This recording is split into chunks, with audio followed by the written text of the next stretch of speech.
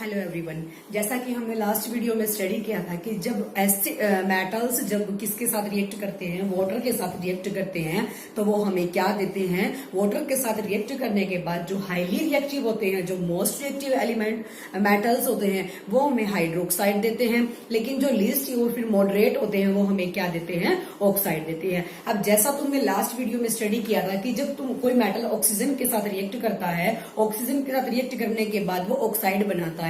उसके बाद जो डिफरेंट डिफरेंट मेटल्स होते हैं वो डिफरेंट डिफरेंट रिएक्टिविटीज शो करते हैं किसके साथ, ऑक्सीजन के साथ। ठीक है, उसी तरीके से जब मेटल वाटर के साथ आता है तो उसके साथ भी वो डिफरेंट डिफरेंट फॉर्म में क्या करेगा, रिएक्ट करेगा। जैसे कुछ कोल्ड के साथ करते हैं, कुछ या फिर हॉट के साथ करते हैं। अंडरस्टैंड। तो फर्स्ट पॉइंट हमारा यहां आता है, वाटर के साथ करने के बाद different metals react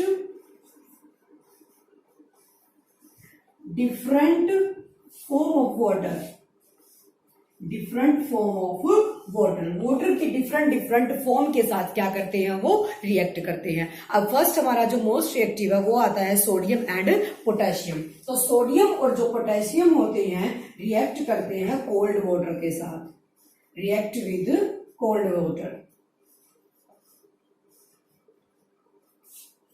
react with cold water. React किसके साथ करेंगे, कोल्ड वाटर के साथ करेंगे। उसके बाद हमारा आता है जिंक एंड एल्यूमिनियम। जो जिंक और एल्यूमिनियम होते हैं, जिंक एंड एल्यूमिनियम, ये किसके साथ रिएक्ट करते हैं, स्टीम के साथ रिएक्ट करते हैं, रिएक्ट विद स्टीम। स्टीम के साथ क्या करेंगे, रिएक्ट करेंगे। थर्ड हमारा इसके अंदर आता है जो मैग्नीशियम है, magnesium react with hot water, magnesium react with hot water. Magnesium हमारा किसके साथ रिएक्ट करेगा, हॉट वाटर के साथ रिएक्ट करेगा। अंडरस्टैंड। इसके बाद नेक्स्ट हमारा जो आता है, जो कैल्शियम एंड मैग्नीशियम होते हैं वो फ्लोट करते हैं वाटर के सरफेस में like as bubble of hydrogen stick. Understand. तो हमारा जो ये नेक्स्ट पॉइंट आएगा, कैल्शियम एंड मैग्नीशियम फ्लोट यानी कि तैरते हैं, float on water surface like as water surface, like as bubbles of hydrogen stick, like as bubble of hydrogen stick. तो जितने भी हमारे डिफरेंट डिफरेंट एलिमेंट्स होंगे, वो मेटल्स होंगे, वो डिफरेंट डिफरेंट क्या करते हैं, रिएक्टिविटीज शो करते हैं ऑक्सीजन के साथ। और डिफरेंट डिफरेंट फॉर्म जो वाटर की होती है, जैसे गैसियस हो गई या फिर स्टीम वाली हो गई, जो फिर लिक्विड वाली हो गई, कोल्ड वाटर हो गया, हॉट वाटर हो गया, तो डिफरेंट डिफरेंट क्या करते हैं, उसको शो करते हैं। ठीक है, ये था हमारा जो वाटर रिएक्ट करता है किसके साथ, मेटल्स के साथ। अब नेक्स्ट हमारा आता है मेटल रिएक्ट विद एसिड। जब मेटल किसके साथ रिएक्ट करते हैं, एसिड के साथ रिएक्ट करते हैं।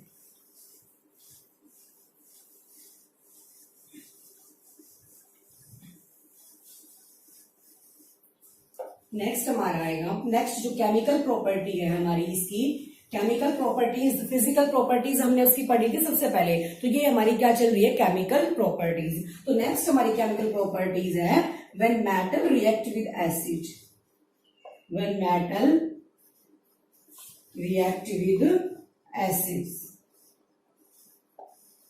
जब मेटल किसी एसिड के साथ रिएक्ट करता है, most important point is that metal always react with dilute acid. जो मेटल्स होते हैं वो हमेशा ही डाइल्यूट एसिड का हम यूज करते हैं जब उनको रिएक्ट कराते हैं लेबोरेटरी के अंदर भी। अंडरस्टैंड। क्योंकि जो कंसंट्रेटेड एसिड्स होते हैं उनके पास मैक्सिमम क्वांटिटी होती है एसिड की, लेकिन लोवेस्ट यानी कि मिनिमम क्वांटिटी होती है वाटर की। लेकिन जो डाइल्यूट होते हैं उनके पास maximum quantity of water and minimum quantity of acid. तो जिसके पास वाटर की क्वांटिटी ज्यादा है वो हमारे लिए कम डेंजरस चीज है। तो इसीलिए जो डाइल्यूट एसिड है वो हमेशा यूज करते हैं अपनी लेबोरेटरी में या फिर किसी चीज के साथ जब उसको क्या कराना होता है, रिएक्ट कराना होता है। ठीक है, तो मेटल का हमने यहां रिएक्ट कराया डाइल्यूट एसिड के साथ। Metal react with dilute acid, metal react with dilute acid. तो प्रोडक्ट हमारा क्या बनेगा यहां पे, सोल्ट प्लस क्या बनेगा, salt plus water, salt plus hydrogen I think, salt plus hydrogen बन जाएगा। अंडरस्टैंड? तो क्या बनेगा हमारा सोल्ट प्लस हाइड्रोजन। तो इसका एक एग्जांपल देख लेते हैं, एक रिएक्शन देख लेते हैं। Fe plus 2HCl। Fe हमारा क्या हो गया मेटल, 2HCl हमने यहाँ क्या ले लिया डाइल्यूट एसिड। जो HCl है हमारा, उस HCl की कौन सी फॉर्म ली है डाइल्यूट नॉट कंसंट्रेटेड। तो ये हमारा क्या देगा साल्ट प्लस हाइड्रोजन देगा। ठीक है, तो हमारा सोल्ट यहां से बना Fe, तो ये ले लिया Cl2 यहां से, तो FeCl2 प्लस हमारा क्या बच गया हाइड्रोजन। क्या बच गया हमारा हाइड्रोजन। तो ये बना FeCl2। इसको तुम फेरिक क्लोराइड भी बोल सकते हो और आयरन क्लोराइड भी बोल सकते हो। तो ये बना हमारा सोल्ट और ये बच गई हमारी हाइड्रोजन गैस। अंडरस्टैंड? जब मेटल रिएक्ट करते हैं किसके साथ, एसिड के साथ। ये था हमारा जब मेटल ने रिएक्ट किया एसिड के साथ, फेरिक क्लोराइड यानी कि सोल्ट प्लस में क्या बच गया हमारा hydrogen. This is reactant and this one is product. Understand? अब नेक्स्ट हमारी बारी आती है जब कोई एक मेटल दूसरे मेटल के सोल्ट के साथ रिएक्ट करता है। देख लीजिए नेक्स्ट जो केमिकल प्रॉपर्टी है,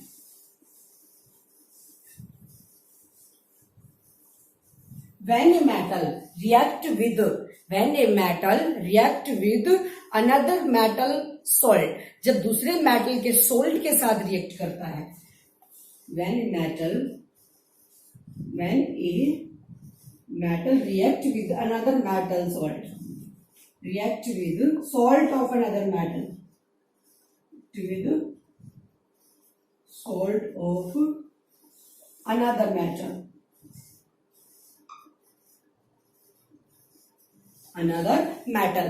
मेटल तो एक है लेकिन दूसरे मेटल के सोल्ट सॉल्यूशन के साथ जब वो रिएक्ट करता है तो क्या होगा। तो हम यहां लिख लेते हैं मेटल ए, हमने यहां यूज किए 2 क्योंकि एक का तो सोल्ट चाहिए और दूसरा सिंगल मेटल चाहिए, तो 2 हमने यहाँ पे क्या किए हैं यूज किए हैं। एक तो एक, दूसरा ले लेते हैं बी।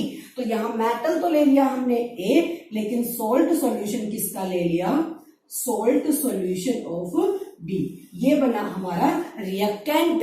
जो इसने बोला था कि एक तो हमें क्या करना है मेटल लेना है, दूसरा हमें क्या करना है दूसरे मेटल का सोल्ट सॉल्यूशन लेना है। तो metal A plus salt solution of B, reactant is that salt solution बन जाएगा ए वाले का, लेकिन जो मेटल बी है वो क्या हो जाएगा रिमूव हो जाएगा। तो जो ये सोल्ट सॉल्यूशन है किसके साथ अटैच हो जाएगा, ए के साथ अटैच हो जाएगा। तो यहां बनेगा salt solution of salt of metal ए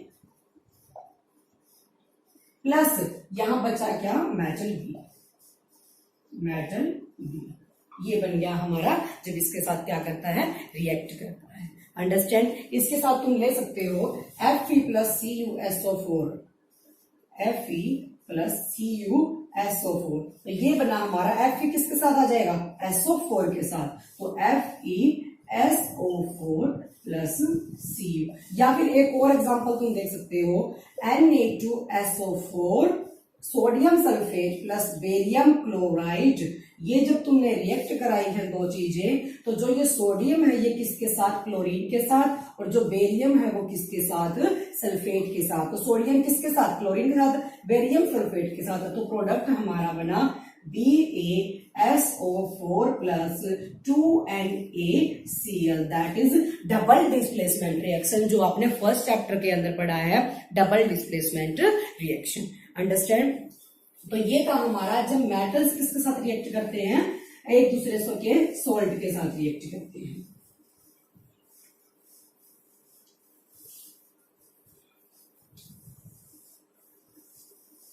अब नेक्स्ट हमारा आता है कि जब रिएक्शन होता है तो डिपेंड करता है वो किसके ऊपर डिपेंड करेगा, रिएक्टिविटी सीरीज के ऊपर डिपेंड करेगा। अब वो रिएक्टिविटी सीरीज क्या होती है, जैसे मैंने बोला कि अलग अलग रिएक्टिविटी जिस चीज की होती है, जैसे कुछ मोस्ट रिएक्टिव होते हैं, कुछ लीस्ट रिएक्टिव होते हैं। तो जो डिफरेंट डिफरेंट रिएक्टिविटीज होती हैं वो क्या होती हैं,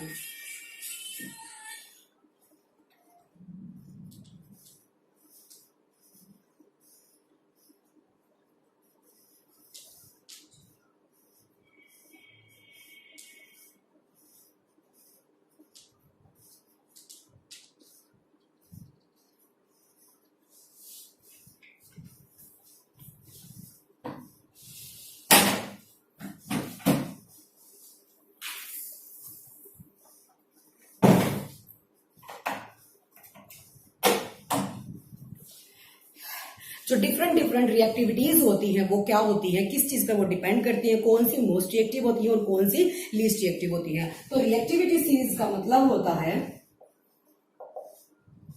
रिएक्टिविटी सीरीज। रिएक्टिविटी सीरीज हमारी क्या होती है, अरेंजमेंट ऑफ मेटल्स किसकी फॉर्म में, डिक्रीजिंग ऑर्डर की फॉर्म में। तो वो लिस्ट हमारी क्या है, यहाँ पे फर्स्ट हमारा आएगा पोटेशियम, सोडियम,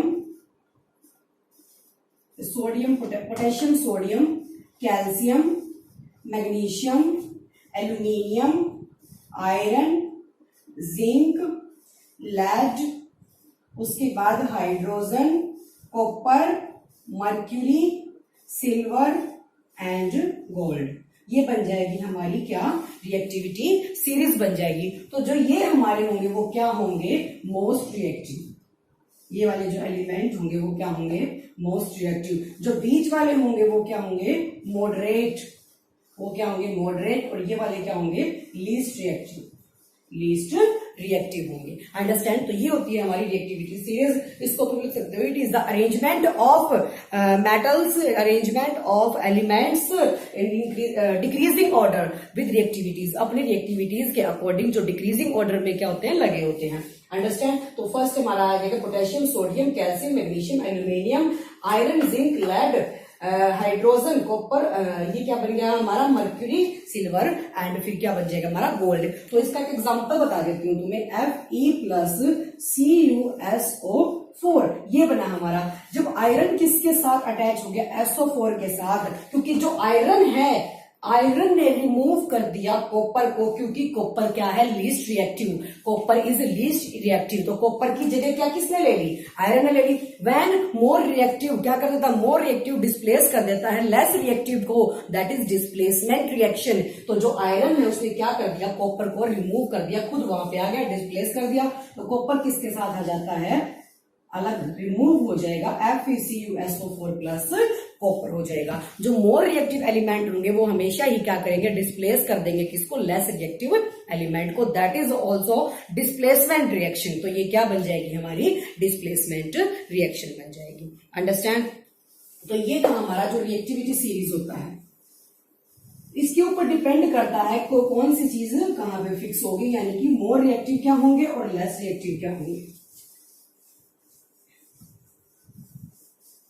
ठीक है। अब उसके बाद बारी आती है नेक्स्ट की, फॉर्मेशन कैसे होगा किसी भी चीज का, या फिर एलिमेंट्स का जो फॉर्मेशन है वो कैसे होगा, और मेटल्स जब नॉन मेटल्स के साथ रिएक्ट करेंगे तब क्या होगा। जब मेटल्स नॉन मेटल के साथ रिएक्ट करेंगे, पहले मेटल ने किसके साथ किया, firstly react metals with oxygen, secondly react with water, thirdly react with acid and fourth हमने पढ़ा कि जब मेटल दूसरे मेटल के सोल्ट के साथ रिएक्ट करते हैं। अब नेक्स्ट हमारा आता है जब मेटल नॉन मेटल के साथ क्या करते हैं, रिएक्ट करते हैं। तो यहां आएगा व्हेन मेटल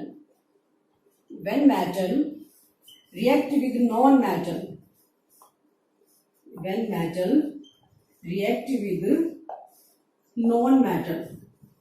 जब मेटल किसके साथ रिएक्ट करें, नॉन मेटल के साथ रिएक्ट करते हैं तो क्या होगा। तो फर्स्ट मैं इसको सबसे पहले आपको एक इंपॉर्टेंट पॉइंट्स बता देती हूँ, इसके जो होते हैं मेटल्स नॉन मेटल्स के साथ करते हैं। सबसे पहली बात, जो भी हमारे एलिमेंट्स होते हैं उनके पास टेंडेंसी होती है अपने वैलेंस सेल को क्या करने की, फिल करने की। वैलेंस सेल मतलब जितने भी उसका एटॉमिक नंबर है, लास्ट में जितना बचा, जो शेल हमारा बच गया उसको फिल करने की क्या होती है, टेंडेंसी होती है एलिमेंट्स के पास। ठीक है। नेक्स्ट पॉइंट हमारा इसका ये आएगा कि जो मेटल्स होते हैं वो हमेशा लूज करते हैं, वो लूज करेंगे तो पॉजिटिव चार्ज यानी कि कैटायन, टू फॉर्म कैटायन, तो हमेशा क्या फॉर्म करेंगे, कैटायन। लेकिन जो नॉन मेटल्स होते हैं वो हमेशा गेन करते हैं, टू फॉर्म एनायन, वो क्या करेंगे, एनायन बनाएंगे। फोर्थ हमारा पॉइंट इसके अंदर ये आएगा कि जब transfer of metals to non metals, जब मेटल्स नॉन मेटल में ट्रांसफर हो जाते हैं, that is called ionic compounds. तो वो क्या बन जाएंगे, हमारे आयोनिक कंपाउंड बन जाएंगे। अंडरस्टैंड। अब यहां देख लीजिए, फर्स्ट हमारा यहां पे आता है व्हेन, फर्स्ट पॉइंट है elements have tendency, elements have tendency to fulfill the valence shell, fulfill the valence shell. जो उसका वैलेंस शेल है उसको फुलफिल करने की क्या होती है, उसके पास टेंडेंसी होती है। अंडरस्टैंड। नेक्स्ट पॉइंट हमारा यहां आएगा, जो मेटल्स होते हैं, मेटल्स क्या करते हैं, lose their electrons, lose their electrons, lose their electrons to form cation, to form cation। जो कैटायंस हैं वो बनाते हैं। थर्ड हमारा यहां आएगा, जो नॉन मेटल्स होते हैं, non metals gain there electron, gain electron to form anion। क्या बनाते हैं, एनायन बनाते हैं। लेकिन जब ट्रांसफर होता है मेटल्स का नॉन मेटल्स के साथ, जब वो गेनिंग और लूजिंग करते हैं, तो मेटल यानी कि जब गेन कर रहा है नॉन मेटल, तो ऑब्वियसली कहां से लेगा, मेटल से लेगा। जब मेटल नॉन मेटल के अंदर ट्रांसफर हुए, that is called ionic compounds. तो ये क्या बने हमारे, transfer of metals to non metals, are called ionic compound।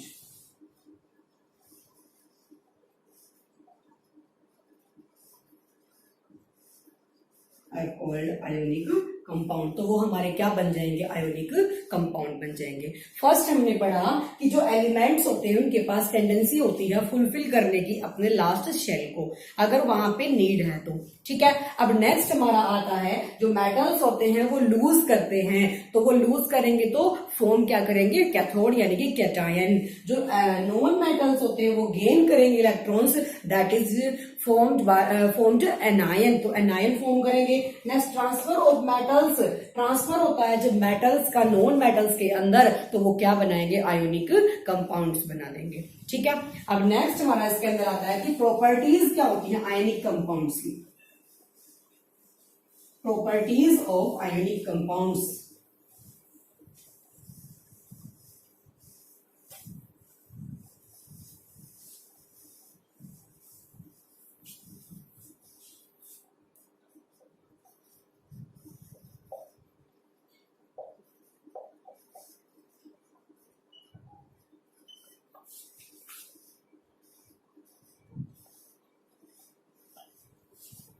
Properties क्या होंगी आयोनिक कंपाउंड की। फर्स्ट प्रॉपर्टी, फर्स्ट हमारी है फिजिकल नेचर, जो उसका फिजिकल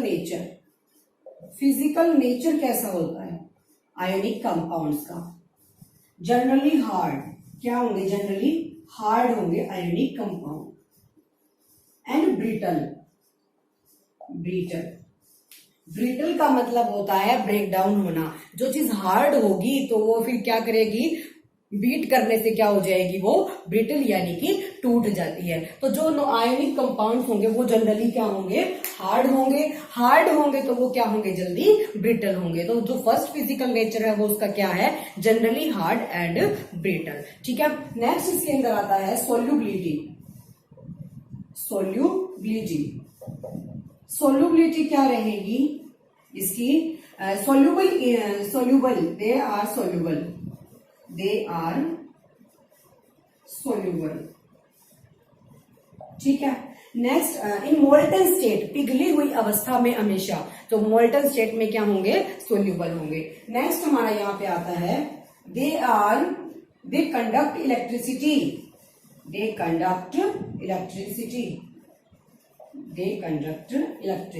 तो ये क्या होते हैं हमारे, जब मेटल हमारा नॉन मेटल में क्या हो जाएगा, ट्रांसफर हो जाएगा, तो मेटल्स क्या थे, गुड कंडक्टर थे इलेक्ट्रिसिटी के, तो उसकी वजह से जो ये आयोनिक कंपाउंड्स बनेंगे वो भी क्या बन जाएंगे, इलेक्ट्रिसिटी को कंडक्ट करेंगे। ठीक है। ये थे हमारे आयोनिक कंपाउंड्स की प्रॉपर्टीज। अब नेक्स्ट हमारा आता है कि एक छोटी छोटी फॉर्म होती है डेफिनेशंस की, मिनरल्स क्या होते हैं, और क्या होते हैं, और गैंग क्या होता है। ये आप लोगों ने 9th क्लास में भी स्टडी किया है कि मिनरल्स क्या होंगे और क्या होंगे और गैंग क्या होगा। ठीक है, तो फर्स्ट हमारा आता है मिनरल्स। मिनरल्स हमारे क्या होते हैं, मिनरल्स अर्थ के क्रस्ट में मिलते हैं सॉलिड फॉर्म के अंदर। ठीक है, नेक्स्ट हमारा आता है कि और क्या होते हैं, what is ore are which have highly percentage of metals, जहां पे मेटल्स की क्या होती है, हाईली परसेंटेज होती है, और जो किए जाते हैं, एक्सट्रैक्टेड किए जाते हैं, वो क्या होंगे, और होंगे, जहां से इम्प्योरिटीज क्या की जाएंगी, निकाली जाएंगी। तो गैंग हमारा क्या होगा, highly large number of, many large number of impurities in metal या non metal like that ionic compounds के अंदर या फिर किसी चीज के अंदर जो हाईली क्या होंगी, लार्ज नंबर पे इम्प्योरिटीज होती हैं, वो क्या होंगे, हमारे गैंग होंगे। किस, जब और के अंदर और प्लस गैंग का क्या होगा, और प्लस गैंग का सॉल्यूशन, यानी कि और से हम किसको क्या करेंगे, गैंग को रिमूव करते हैं, और प्लस गैंग, और प्लस गैंग, और में से किसको रिमूव करना होता है, गैंग को, यानी कि इम्प्योरिटीज को। अब उन इम्प्योरिटीज को जब अलग करना है तो अब उसके लिए क्या क्या सॉल्यूशन होंगे, क्या क्या हम रीजन, यानी कि क्या क्या रीजन दे सकते हैं जिसकी वजह से गैंग क्या होगा, सॉल्यूशन क्या होंगे उसके, गैंग को हम रिमूव कर सकते हैं, इम्प्योरिटीज को रिमूव कर सकते हैं, किसके अंदर, और में से उनको करेंगे। तो फर्स्ट हमारा यहाँ पे आता है कि जो हाइड्रोलिक वॉशिंग है, यानी कि डिफरेंट होते हैं, हाइड्रोलिक वॉशिंग हो गया, या फिर मैग्नेटिक सेपरेशन की वजह से, फ्लोटेशन से, या फिर केमिकल डाल के। तो फर्स्ट मैं तुम्हें यहां बता देती हूँ पॉइंट। फर्स्ट हमारा आता है solution for remove gangue, solution for remove gangue from ore, यानी कि ये लगा लो तुम, एक्सट्रैक्शन ऑफ ओर, तो एक्सट्रैक्शन भी लिख सकते हो यहाँ पे, एक्सट्रैक्शन ऑफ ओर कैसे करेंगे। तो फर्स्ट हमारा यहाँ पे है हाइड्रोलिक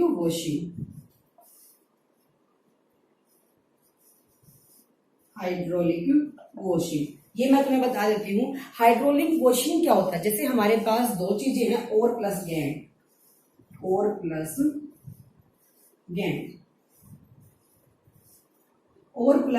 गैंग जो हमारे पास है, हमें रिमूव करना है गैंग को, किसमें से, और में से। तो जब और डेंस होगा देन गैंग, जब गैंग से और क्या होगा, डेंसर होगा, यानी कि डेंस होगा, हैवी होगा, तो वो क्या बनेगा, जब तुम वॉशिंग करते हो, एक छोटा सा यहाँ, जैसे तुमने ये किया, इसके बीच में ये लगी हुई है, मान लिया, यहां से जब वाटर आया है, वाटर और इसके साथ सॉल्यूशन आया है और का और गैंग का, जब सॉल्यूशन यहां से आया है, तो अगर गैंग क्या होगी, लाइट वेटेड है, तो वो वाटर के साथ क्या चली जाएगी, नीचे चली जाएगी, लेकिन जो और होंगे वो यहाँ स्टेबल हो जाएंगे। तो इससे वाटर के प्रेशर से जो गैंग होंगे वो वाटर के साथ फ्लोट, यानी कि बह जाएंगे, लेकिन जो क्या होगा, और हमारे वहां पे स्टेबल हो जाएंगे, रुक जाएंगे, अगर और डेंस है किससे, गैंग से। तो फर्स्ट हमारा था हाइड्रोलिक वॉशिंग का। नेक्स्ट हमारा इसके अंदर आता है मैग्नेटिक सेपरेशन, मैग्नेटिक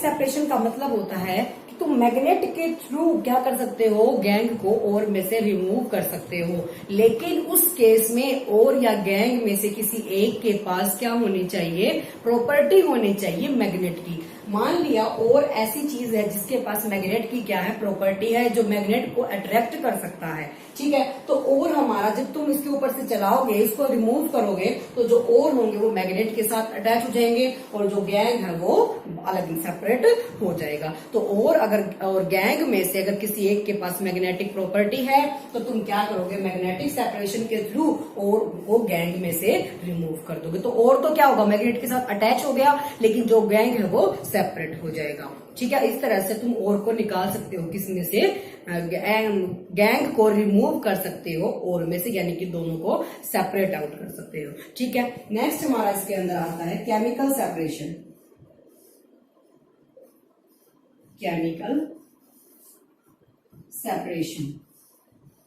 यानी कि केमिकल्स के थ्रू भी तुम क्या कर सकते हो, इसको रिमूव कर सकते हो। केमिकल डाल के भी तुम क्या करोगे, इसको H2SO4 हाइड्रोजन सल्फाइड डाल के तुम किसी भी गैंग को रिमूव कर सकते हो, किसी में से और में से। ठीक है, तो फर्स्ट हमारा यहाँ पे आएगा हाइड्रोलिक वॉशिंग, यानी कि वॉशिंग करके तुम गैंग को रिमूव कर सकते हो। और नेक्स्ट हमारा आएगा मैग्नेटिक सेपरेशन के थ्रू। अगर और गैंग में से किसी एक के पास मैग्नेट की प्रॉपर्टी है तो तुम और को, जब और के पास अगर प्रॉपर्टी है तो वो क्या कर देगा, रिमूव कर देगा, और को मैग्नेट के साथ अट्रैक्ट कर देगा, और गैंग हमारा क्या रह जाएगा, सेपरेट रह जाएगा। थर्ड हमारा है केमिकल सेपरेशन। किसी भी केमिकल का यूज करके तुम वहां पे सेपरेट आउट कर सकते हो किसको, गैंग को, किस में से, और में से। अंडरस्टैंड, ये थी हमारी सेपरेशन। अब नेक्स्ट आता है एनरिचमेंट ऑफ और। उससे पहले मैं एक मोस्ट इंपोर्टेंट पॉइंट बता देती हूँ तुम्हें कि फॉर्मेशन ऑफ कैसे बनेगा, सोडियम क्लोराइड का जो फॉर्मेशन है वो कैसे बनता है, यानी कि जब वैलेंसी तुम फिल करते हो आयनिक कंपाउंड्स को लेके, वो कैसे होती है। तो यहां लिख सकती हूँ फॉर्मेशन ऑफ NaCl कि NaCl कैसे बना, फॉर्मेशन ऑफ NaCl। तो फर्स्ट हम ले लेते हैं यहाँ पे क्या, सोडियम, सोडियम का एटॉमिक नंबर।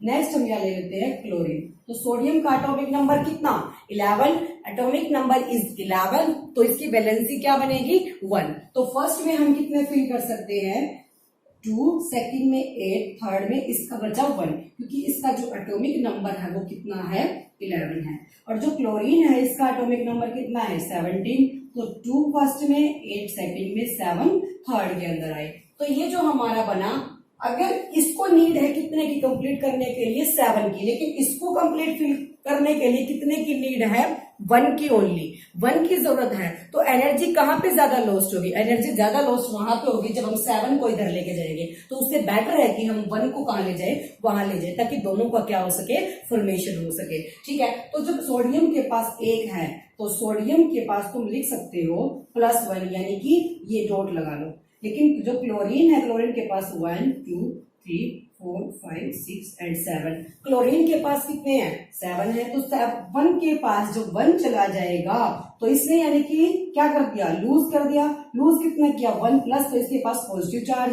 इसने गेन किया है तो इसके पास कौन सा चार्ज, नेगेटिव चार्ज आ जाएगा। ठीक है, तो जिसने गेन किया है, फॉर्म क्या किया, एनायन, लेकिन जिसके पास पॉजिटिव चार्ज है उसके पास क्या आ जाएगा, यानी कि उसने लूज किया तो प्लस का पॉजिटिव चार्ज। तो ये इसके पास कितने बच गए, 2 और 8। जब 1 इसके पास बचा ही नहीं तो इसके पास कितने बने, 2, 8 कंप्लीटली फिल्ड। इसने 2, 8, 7 थे, एक इससे ले लिया तो इसके पास कितने बन गए, 2, 8, 8। तो दोनों क्या हो गए, कंप्लीटली फिल्ड हो गए। तो यहां जो हमारा फॉर्मेशन बना है, तो Na ने अगर लूज किया है तो Na पॉजिटिव, अगर क्लोरीन ने गेन किया तो Cl नेगेटिव। ये बन जाएगा फॉर्मेशन। यहाँ पे एक एग्जांपल और देख लो, Al2 AlCl3 AlCl2, ये देखो एल्यूमिनियम का एटॉमिक नंबर 12, तो यहां बना 2, 8, 2।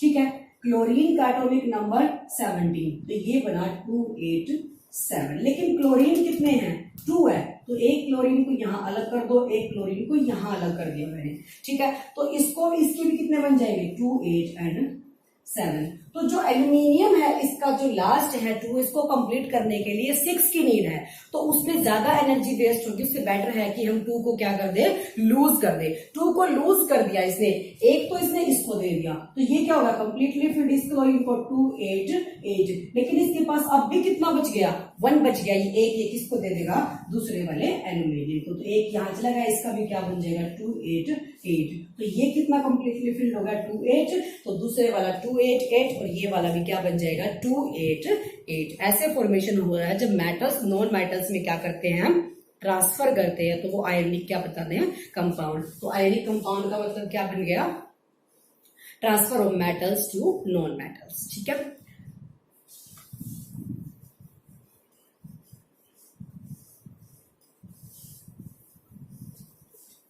अब नेक्स्ट हमारा यहां आता है एनरिचमेंट ऑफ ओर्स। एनरिचमेंट यानी कि जो टॉप मोस्ट रिएक्टिव एलिमेंट होते हैं उनको कैसे सेपरेट आउट करना है, और लेकिन जो मिडल वाले होते हैं उनको कैसे करना है और जो लीस्ट वाले होते हैं उनको कैसे करना है। अब फर्स्ट हमारी बारी आती है एक्सट्रैक्शन ऑफ मेटल्स के अंदर कि जो लोवेस्ट रिएक्टिविटी होती है उनको कैसे करना है। तो लोवेस्ट क्या होते हैं, जो लोवेस्ट रिएक्टिव होंगे जैसे सिल्वर हो गया, गोल्ड हो गया, मर्क्यूरी हो गया, ये हमारे लोवेस्ट रिएक्टिव थे जो मैंने आपको सीरीज बताई थी। ठीक है, जब वो लोवेस्ट रिएक्टिव है तो उनके पास क्या है, कोई भी वो रिएक्ट नहीं कर सकते, किसी चीज के साथ रिएक्ट नहीं करेंगे तो उनको हम क्या करा सकते हैं, हीट करा सकते हैं। हीट कराने के बाद उनको हम अलग करते हैं, मतलब सेपरेट आउट करते हैं। तो जो लोएस्ट रिएक्टिविटी के होंगे तो उनको तुम कैसे करोगे। फर्स्ट हमारा आएगा लोएस्ट रिएक्टिविटी, लोएस्ट रिएक्टिविटी। जो लोएस्ट रिएक्टिविटी के होते हैं like that silver and gold, ये जितने भी हमारे होंगे इनको कैसे करना है, silver gold and mercury, silver gold and mercury. तो इनको हम सिंपल हीट के थ्रू क्या कर सकते हैं, सेपरेट आउट कर सकते हैं। तो ये क्या बना दूं हमारा least reactive element, least reactive element, reactive लिख लेना यहां पे, least reactive element does not react, does not reactive, so they heated। तो वो क्या किए जा सकते हैं, हीट किए जा सकते हैं। तो ये हीट किए जा सकते हैं, तो मैं यहाँ एक एग्जांपल ले लेती हूँ, 2HgO प्लस मरकरी का ऑक्साइड के साथ लेना, 2Hg सल्फाइड के साथ ले लो इसका, 2HgO सल्फाइड के साथ 2HgS प्लस 3O2, ये ले लिया हमने। मर्क्यूरी को जब तुमने किसकी प्रेजेंस में हीट किया, ऑक्सीजन की प्रेजेंस में, क्योंकि बर्निंग के लिए रिस्पॉन्सिबल होती है कौन सी गैस, ऑक्सीजन। तो यहां हमारा क्या बचा, 2HgO plus SO2, 2HgO plus SO2 ये बच गया।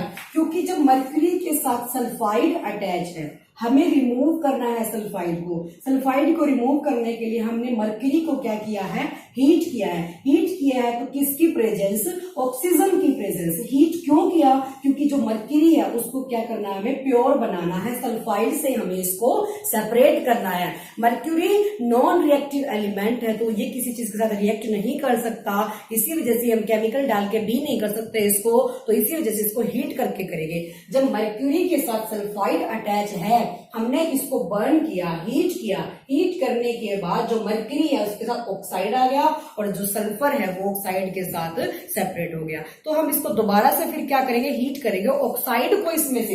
अब मर्क्यूरी के साथ क्या है, ऑक्साइड है, अब ऑक्साइड को भी इसको रिमूव करना है। ऑक्साइड को रिमूव करने के लिए क्या करेंगे, दोबारा से इसको हीट कर देंगे। तो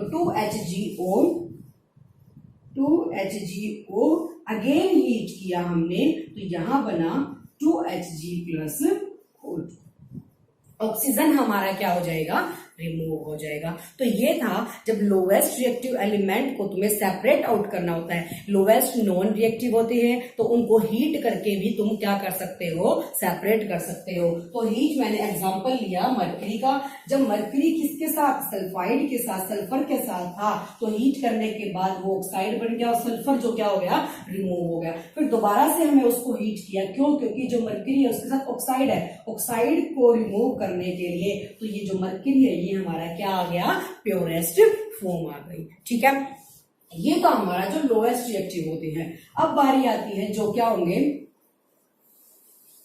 हाईली मिडल होंगे, जो मॉडरेट होते हैं, जो मॉडरेट यानी कि एल्यूमिनियम हो गया, जिंक हो गया, middle reactivity, middle reactive element.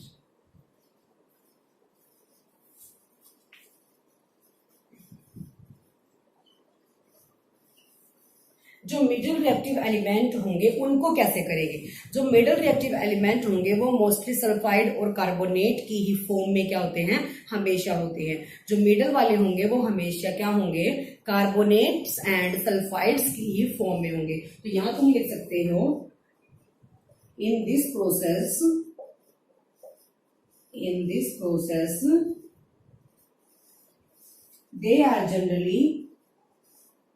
they are generally formed in sulphide and carbonates किसकी फॉर्म में होंगे, सल्फाइड की और कार्बोनेट्स की फॉर्म में होंगे। फिर जो मिडल वाले होंगे उसका एग्जांपल हम ले लेते हैं जिंक। जैसा कि मैंने बताया जिंक और एल्यूमिनियम होते हैं। तो पहला हमारा होगा जब वो क्या होंगे, सल्फाइड की फॉर्म में होंगे। जब सल्फाइड की फॉर्म में मेटल्स होते हैं, जो मिडल वाले मेटल्स होते हैं, मिडल रिएक्टिविटी वाले मेटल्स होते हैं, उनमें से जब उनको प्योरेस्ट फॉर्म में लेके आना है तो कैसे लेके आना है, तो प्योरेस्ट फॉर्म में लेके आने के लिए जब सल्फाइड का यूज होता है, मतलब जिस चीज के अंदर सल्फाइड, जिसके साथ मोस्टली सल्फाइड या फिर कार्बोनेट्स CO3 और S अटैच होगा, वो मोस्टली क्या होते हैं, मिडल रिएक्टिविटी एलिमेंट्स होते हैं। तो मिडल रिएक्टिविटी एलिमेंट्स को सल्फाइड या कार्बोनेट्स की फॉर्म में ही देखा जा सकता है।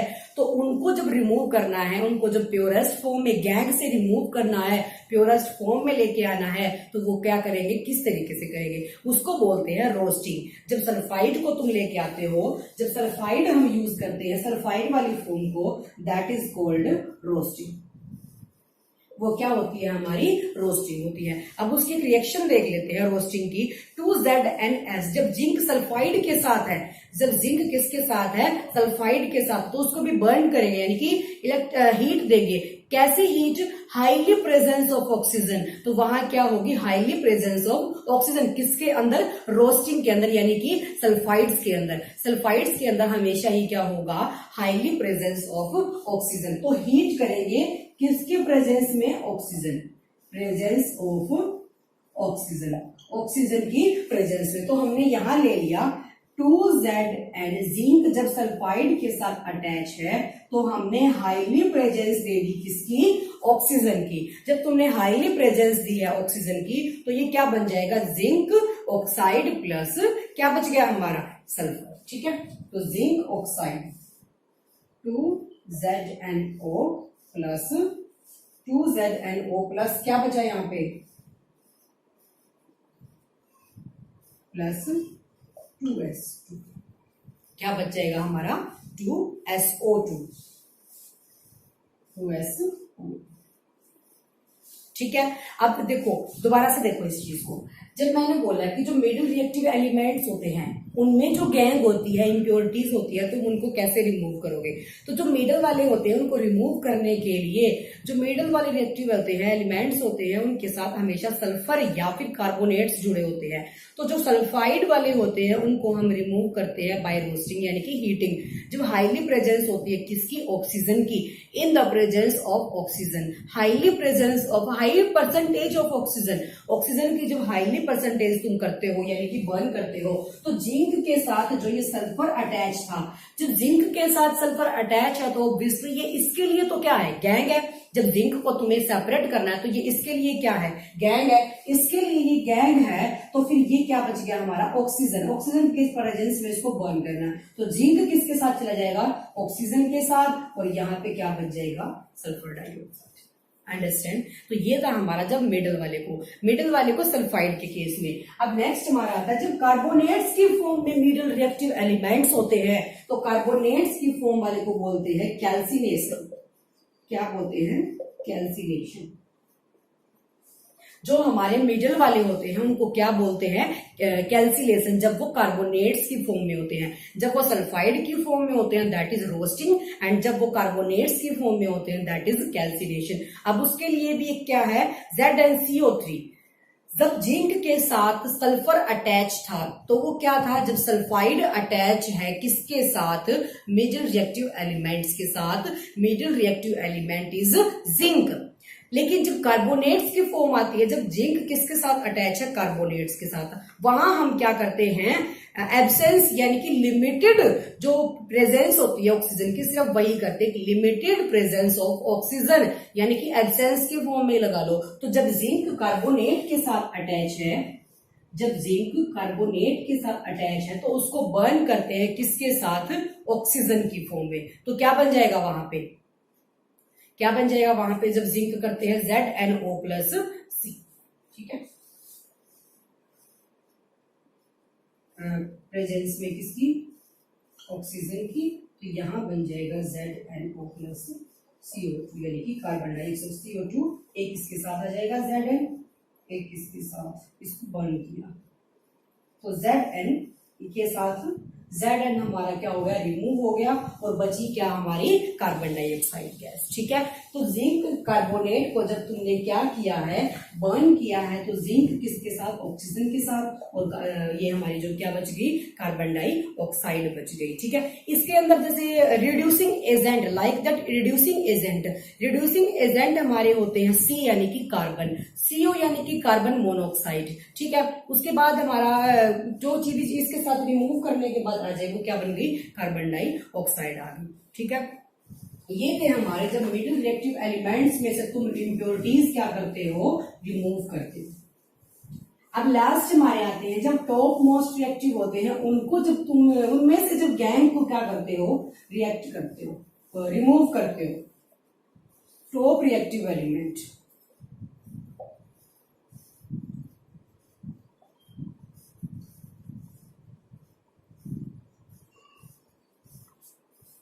टॉप रिएक्टिव एलिमेंट्स जो हमारे होते हैं उनमें से जब तुम गैंग को रिमूव करते हो, ये होते हैं हाईली रिएक्टिव। तो हाईली रिएक्टिव होते हैं, इनको सिर्फ इलेक्ट्रोलिसिस प्रोसेस के थ्रू, इलेक्ट्रोलाइटिक प्रोसेस के थ्रू, इनको सिर्फ तुम इलेक्ट्रोलाइटिक प्रोसेस के थ्रू क्या कर सकते हो, रिमूव करते हैं। तो जो टॉप रिएक्टिव एलिमेंट्स होते हैं, दे आर हाईली रिएक्टिव।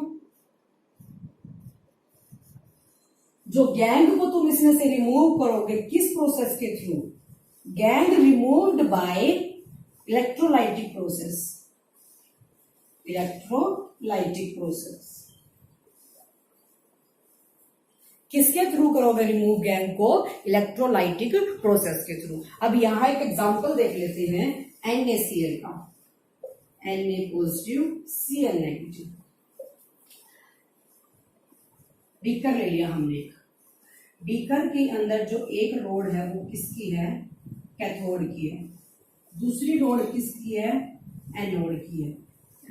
ये हमने यहाँ बैटरी अटैच कर दी इसके साथ, तो ये कैथोड है हमारा, ये हमारा एनोड है।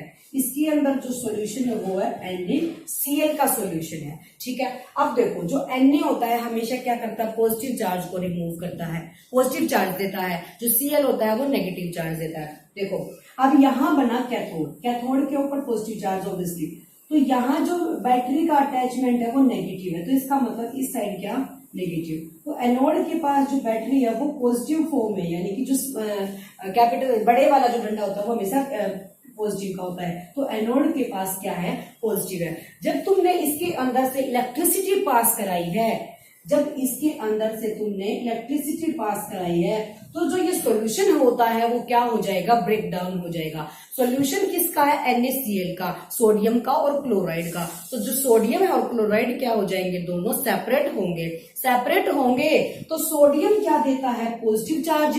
जो पॉजिटिव चार्ज होता है, unlike charges are attract each other and like charges are repel each other. तो जो लाइक चार्जेस है वो रिपेल करेंगे, तो जो ये पॉजिटिव चार्ज है वो पॉजिटिव की तरफ कभी नहीं जा सकता, वो क्या करेगा, रिपेल कर देगा। तो जो अनलाइक चार्जेस हैं वो क्या करते हैं, अट्रैक्ट करते हैं। तो जो सोडियम है, जब ये NaCl का, जब इस सॉल्यूशन में से आपने इलेक्ट्रिसिटी पास कराई है, तो जो सॉल्यूशन है NaCl का वो ब्रेक डाउन होगा ऑब्वियसली। तो जो Na है वो कौन सा चार्ज देगा, पॉजिटिव चार्ज देगा। जब Na पॉजिटिव चार्ज देगा तो वो किसकी तरफ जाएगा, नेगेटिव की तरफ जाएगा। हमेशा किसकी तरफ जाएगा, नेगेटिव की तरफ जाएगा। तो जो ये है किसकी तरफ अट्रैक्ट होगा, नेगेटिव की। तो यहाँ क्या बन जाएगा हमारा, सोडियम यानी कि Na। जो ये Cl है इसने कौन सा चार्ज दिया, नेगेटिव चार्ज दिया। जब Cl ने नेगेटिव चार्ज दिया है तो वो हमेशा पॉजिटिव की तरफ जाएगा। तो ये क्या बच गया हमारा Cl। तो जो कैथोड वाली रोड है, कैथोड वाली रोड पे Na पॉजिटिव आ जाएगा, यानी कि अलग हो जाएगा, और जो Cl नेगेटिव है वो किस पे आ जाएगा, एनोड पे आ जाएगा। तो जो सोडियम है वो किस पे आया, कैथोड पे आया, और जो Cl यानी कि क्लोरीन है वो किस पे आया, एनोड पे आया। अंडरस्टैंड, दोबारा देख लो इसको। जो टॉप मोस्ट रिएक्टिव होते हैं वो रिएक्ट कर देते हैं जल्दी, तो उनको हम इलेक्ट्रोलाइटिक प्रोसेस के थ्रू रिमूव करेंगे, जो उनके अंदर गैंग यानी कि इम्प्योरिटीज यानी कि जो मिक्सचर ऐड है। ठीक है, तो फर्स्ट हमने लिया था NaCl। NaCl के अंदर सोडियम है और क्लोराइड है, ठीक है। तो Na देता है पॉजिटिव चार्ज, क्लोरीन देता है नेगेटिव चार्ज। तो हमने बीकर के अंदर सॉल्यूशन ले लिया NaCl का, ठीक है। NaCl का जब आपने सॉल्यूशन लिया है, हमने बैटरी अटैच की, this rod is cathode and this one is anode. When electricity is passed through this solution is break down into two parts, that is sodium and chlorine. तो sodium gives positive charge which attract to negative charge and chlorine gives to negative charge and which attract to positive charge. तो जो chlorine है उसने negative charge दिया है तो वो जाएगा पॉजिटिव की तरफ, तो जो क्लोरीन है वो एनोड पे चिपक गए और जो सोडियम वाले है वो कहाँ आ गए, कैथोड वाली रे पे आ गए। तो ये थे हमारे जब सोडियम क्लोराइड यानी कि जो टॉप मोस्ट रिएक्टिव एलिमेंट्स होते हैं जब उनको रिमूव करना होता है, ठीक है। अब नेक्स्ट हमारा आता है रिफाइनिंग ऑफ मेटल्स। अब रिफाइनिंग कैसे करते हैं, यानी कि प्योर कैसे करते हैं उनको, रिफाइनिंग उनको चेक कैसे करते हैं,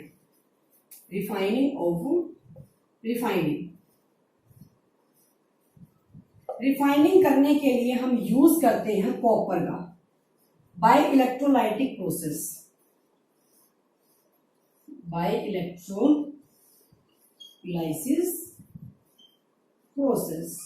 ये एक्टिविटी बहुत बार एज इट इज भी आ जाती है एग्जाम्स में। तो हमने लिया यहाँ पे एक बीकर के अंदर कॉपर, एक ले ली हमने कैथोड की, दूसरी ले ली हमने एनोड की। तो यहां ले ली बैटरी, तो ये कैथोड है, ये क्या एनोड। सबसे पहले कैथोड की क्या पतले वाली ले लिया रोड, और एनोड की क्या होनी चाहिए मोटे वाली।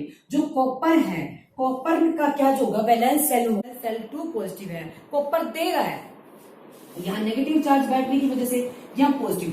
जैसे सोडियम दे रहा था तो वहां पे क्या था 1 पॉजिटिव था, यानी कि पॉजिटिव था। जब कॉपर भी 2 दे रहा है, गेन कर रहा है, तो वहां पे भी 2 पॉजिटिव है। कॉपर का जो वैलेंस सेल है उसका 2 पॉजिटिव होता है, तो कॉपर के पास क्या है 2 पॉजिटिव है। जब इसने दे दिया है तो इसके पास पॉजिटिव चार्ज आ गया, कॉपर हैज 2 पॉजिटिव, ठीक है। जब पॉजिटिव है तो किसकी तरफ आ जाएगा, नेगेटिव की तरफ आ जाएगा। तो जो कॉपर पॉजिटिव चार्ज वाला है वो क्या आ जाएगा इसकी तरफ, और जो नेगेटिव चार्ज वाला वो क्या इसकी तरफ। तो यहाँ पे भी जो कॉपर के एलिमेंट्स होंगे किस चार्ज वाले, पॉजिटिव चार्ज वाले, वो कहाँ ट्रांसफर हो जाएंगे, कैथोड पे। तो यहाँ से हम कर सकते हैं रिफाइनिंग किसी भी मेटल्स की, ठीक है। तो ये थे हमारे इम्पोर्टेंट कि कैसे कैसे एक्सट्रैक्शन होता है, मिनरल्स होते हैं, ओर्स होते हैं, ठीक है। अब नेक्स्ट हमारा जो पॉइंट आता है कोरोजन। कोरोजन का जो पॉइंट है वो आप लोगों ने चैप्टर 1 में भी स्टडी किया है। कोरोजन क्या, जब प्रेजेंस में किसकी, ऑक्सीजन की प्रेजेंस में कोई चीज रस्ट होती है, कुछ मेटल्स रिएक्ट करते हैं कुछ नहीं करते, तो यहां हमारा आएगा कोरोजन,